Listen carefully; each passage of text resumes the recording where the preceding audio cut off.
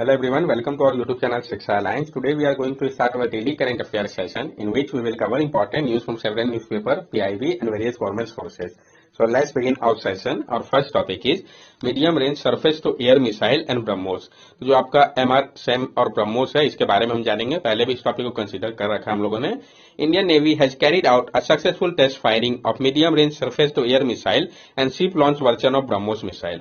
अभी हाल ही में इंडियन नेवी ने कैरी किया है successful test fire medium range surface to air missile का और शिप लॉन्च वर्जन जो था ब्रह्मोस मिसाइल का, दोनों मिसाइल का सक्सेसफुली टेस्ट फायर किया है। तो दोनों के बारे में हम जानेंगे। BrahMos is medium range is ramjet supersonic cruise missile, two-stage missile, solid plus liquid propellant that can be launched from submarine, ship, aircraft or land, having a range of 450 kilometre.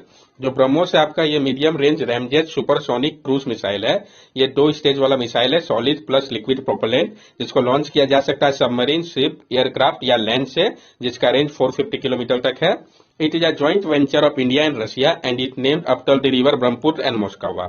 ये ज्वाइंट वेंचर है India और Russia का और इसका नाम जो है जो रिवर है भारत और रशिया का ब्रह्मपुत्र और मोस्कवा के नाम पे रखा गया है BrahMos. Operate on fire and forget principle, ये जो आपका ऑपरेट करता है फायर एंड फॉरगेट प्रिंसिपल के ऊपर। MRSAM के बारे में जान ले, मीडियम रेंज जो आपका सरफेस टू एयर मिसाइल था। MRSAM weapon system, which is also called Abra weapon system, is a state-of-art medium-range air defense weapon system. Is a joint venture between DRDO and Israeli Aerospace Industry and produced at Dynamic Limited. जो आपका MRSAM है weapon, ये को हम अब्र weapon system के नाम से भी जानते हैं। ये state of the art medium range air defence weapon system है। ये आपका जॉइंट वेंचर है DRDO और इजरायली एरोस्पेस इंडस्ट्री के बीच का। इसको प्रोड्यूस किया जा रहा है भारत डायनेमिक लिमिटेड BDL के द्वारा। It is designed to destroy hostile aircraft, helicopter, cruise missile and drone at a 70 kilometre range. इसको डिजाइन किया गया है ताकि डिस्ट्रॉय किया जा सके हॉस्टाइल एयरक्राफ्ट को, हेलीकॉप्टर, क्रूज मिसाइल और ड्रोन को। 70 किलोमीटर का इसका रेंज है। सिग्निफिकेंस क्या है ये समझते हैं हम।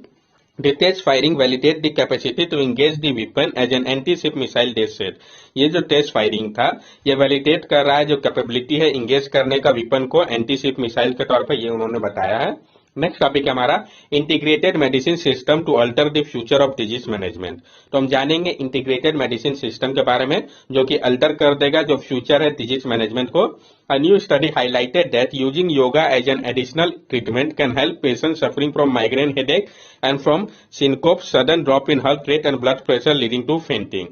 एक नई स्टडी में हाईलाइट किया गया है कि योगा करके एडिशनल ट्रीटमेंट हो सकता है पेशेंट का जो सफर कर रहा है माइग्रेन हेडेक या सिनोप्शन से, यानी सडन ड्रॉप जो होता है हार्ट रेट या ब्लड प्रेशर में, जिसके कारण पेशेंट फेंट कर जाता है। तो इसमें क्या फायदा मिल सकता है अगर योगा किया जाए तो। In a unique collaboration, 19 department of AIIMS are collectively working to identify areas of need where allopate find modern medicine wanting and feel that addition of traditional medicine could provide relief to patient। और ये एक unique collaboration है जिसमें 19 department जो है AIIMS के वो collectively work कर रहे हैं, वो आइडेंटिफाई कर रहे हैं एरियाज को जहां पे आवश्यकता है एलोपैथ जो है वो मॉडर्न मेडिसिन के साथ साथ एडिशनल ट्रेडिशनल मेडिसिन का भी उपयोग करें ताकि रिलीफ दिया जा सके पेशेंट को। In India the traditional medicine system mainly comprise Ayurveda, yoga, naturopathy, यूनानी, सिद्धा एंड होम्योपैथी।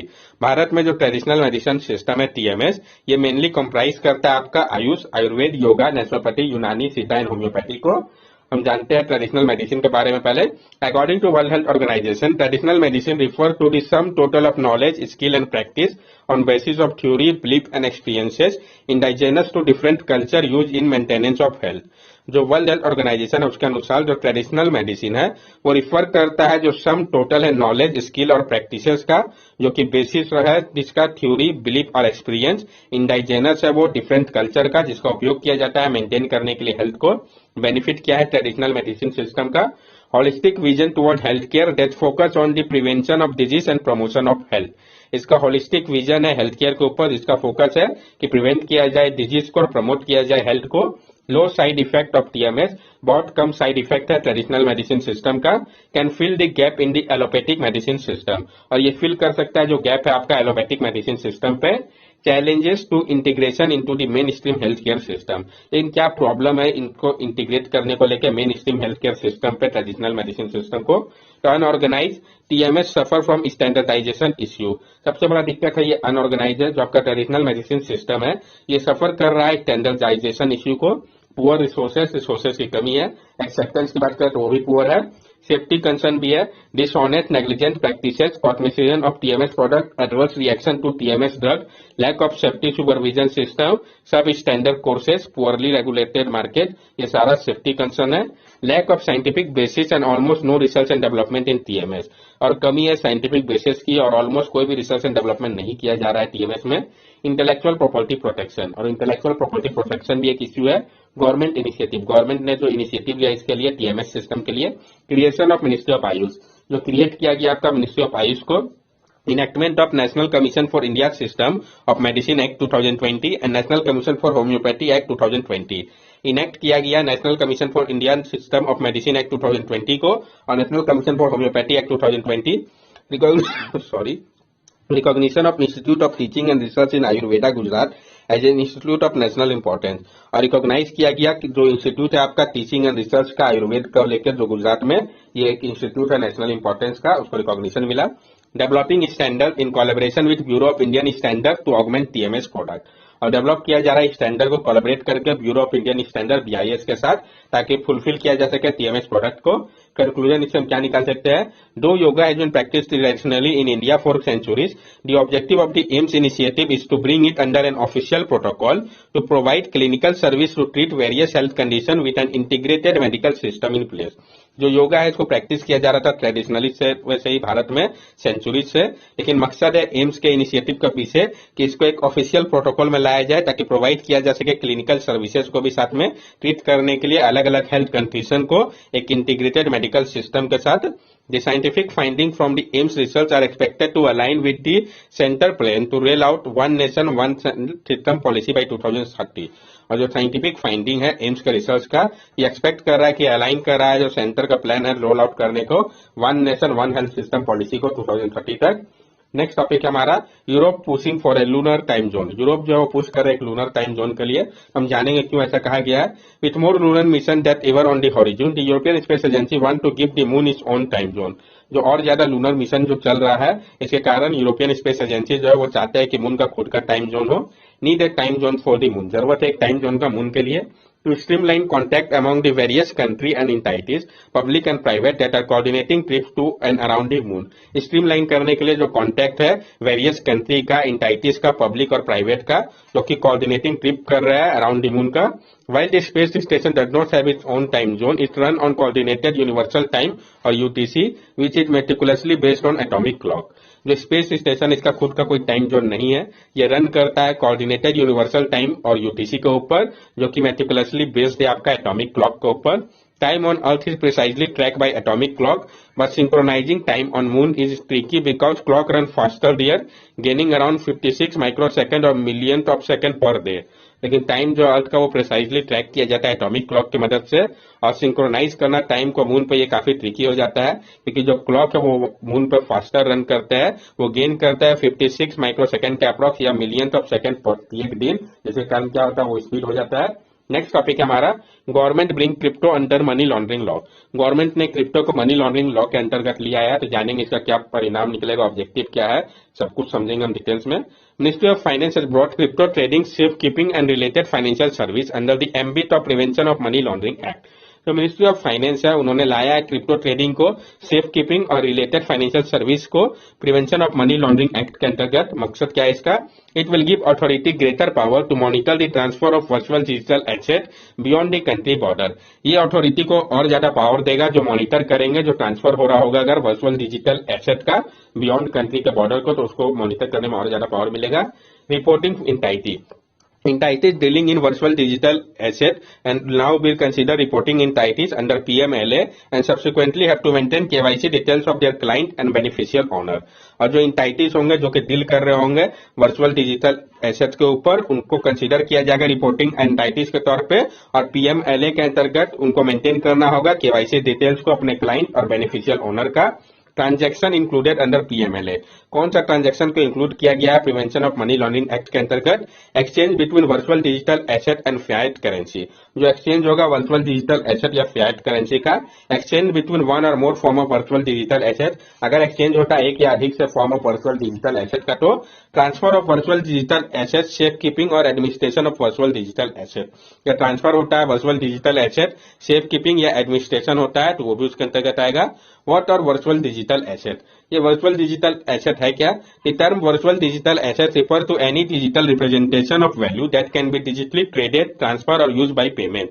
जो टर्म है वर्चुअल एसेट, ये रिफर किया जा रहा है किसी भी डिजिटल रिप्रेजेंटेशन को वैल्यू का, जिसको डिजिटली ट्रेड किया जा सकता है, ट्रांसफर किया जा सकता है या यूज किया जा सकता है पेमेंट के लिए। The notification say the definition of virtual asset would be same as that in the income tax.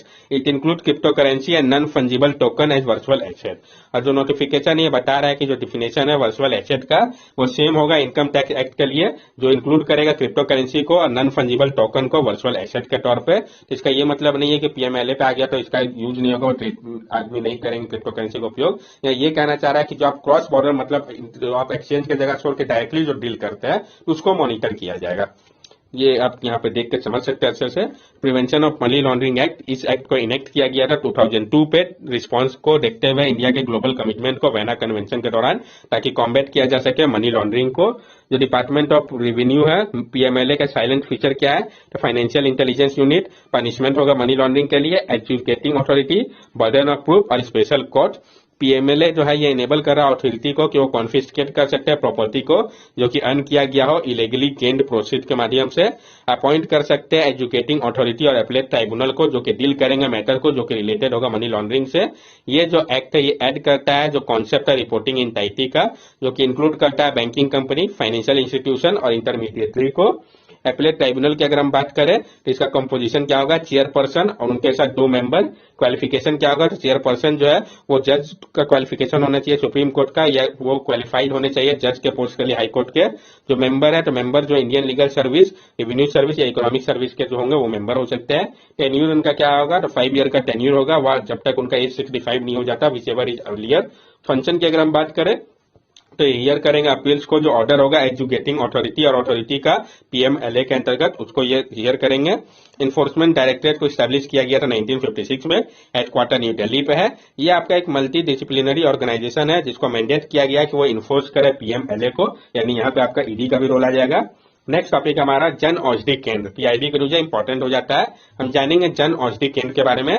Recently on the occasion of 5th Jan Aushadhi दिवस the government inaugurated the NaMo day care centre and flagged of 4 NaMo mobile health care unit. अभी हाल ही में 5th Jan Aushadhi दिवस के occasion पे government ने inaugurate किया था नमो डे केयर सेंटर को और फ्लैग्ड ऑफ किया था 4 नमो मोबाइल हेल्थ केयर यूनिट को। मकसद इसका क्या था? to generate awareness about the usage of generic medicine and the benefit of Jan Aushadhi परियोजना and its silent feature and achievement, कि जनरेट किया जा सके जो अवेयरनेस है यूजेस को लेकर जेनरिक मेडिसिन का और जो बेनिफिट है जन औषधि परियोजना का और इसके साइलेंट फीचर और अचीवमेंट के बारे में लेके। प्रधानमंत्री भारतीय जन औषधि परियोजना पीएमबीजीपी, तो हम जानेंगे प्रधानमंत्री भारतीय जन औषधि परियोजना के बारे में। The scheme aims to open center from where quality generic medicine, consumable and surgical item are available at affordable prices for all, so as to reduce the out-of-pocket expenditure of consumer or patient. इस scheme का मकसद है कि open किया जा सके centre को जहां पे क्वालिटी जेनरिक मेडिसिन, कंज्यूमेबल और सर्जिकल आइटम जो है वो अवेलेबल होंगे अफोर्डेबल प्राइस में सबके लिए, ताकि रिड्यूस किया जा सके जो आउट ऑफ पॉकेट एक्सपेंडिचर है कंज्यूमर और पेशेंट का। मिनिस्ट्री की अगर मिनिस्ट्री जो है इसके लिए वो department of pharmaceutical, ministry of chemical and fertiliser responsible है। इंप्लीमेंटिंग एजेंसी की अगर हम बात करें तो pharma and medical bureau of India, bureau of pharma PSU in India, जो कि डेवलप किया उन्होंने जन औषधि सुगम एप्लीकेशन को, इसके लिए लॉन्च किया गया था इसको नवंबर 2008 में। करेंट स्टेटस की अगर हम बात करें तो जनवरी 31, 2023 में जो नंबर ऑफ स्टोर है वो बढ़ के आपका 9082 हो गया है। इसका टारगेट क्या है? इंक्रीज करना नंबर ऑफ केंद्र को 10,000 तक दिसंबर 2023 के एंड तक। किस तरीके से जो प्राइस होता है मेडिसिन का इसको डिटरमाइन किया जाता है? तो जो मेडिसिन होता है इसको प्राइस किया जाता है principle of maximum of 50% average price of top 3 brand और ब्रांडेड मेडिसिन के अनुसार। इस कारण जो प्राइस होता है जन औषधि मेडिसिन का वो सस्ता होता है, कम से कम 50%, कुछ केसेस में तो 80 और 90% तक सस्ता होता है जो मार्केट प्राइस आपका ब्रांडेड मेडिसिन का, उससे अगर हम कंपेयर करें तो। इस स्कीम के अंतर्गत जो मेडिसिन है उसको प्रोक्योर किया जाता है वर्ल्ड हेल्थ ऑर्गेनाइजेशन के गुड मैन्युफैक्चरिंग प्रैक्टिसेस के अंतर्गत, जो कि सर्टिफाइड सप्लायर होते हैं, ताकि इंश्योर किया जा सके क्वालिटी को प्रोडक्ट का। That's all for daily current affair session. अगर आपको हमारी वीडियो अच्छी लगी हो तो हमारे चैनल सब्सक्राइब करें, हमारे वीडियो को लाइक करें और ज्यादा से ज्यादा शेयर करें। These are our social media link. From here also you can stay connected with us and give us your valuable feedback. Thank you and have a nice day.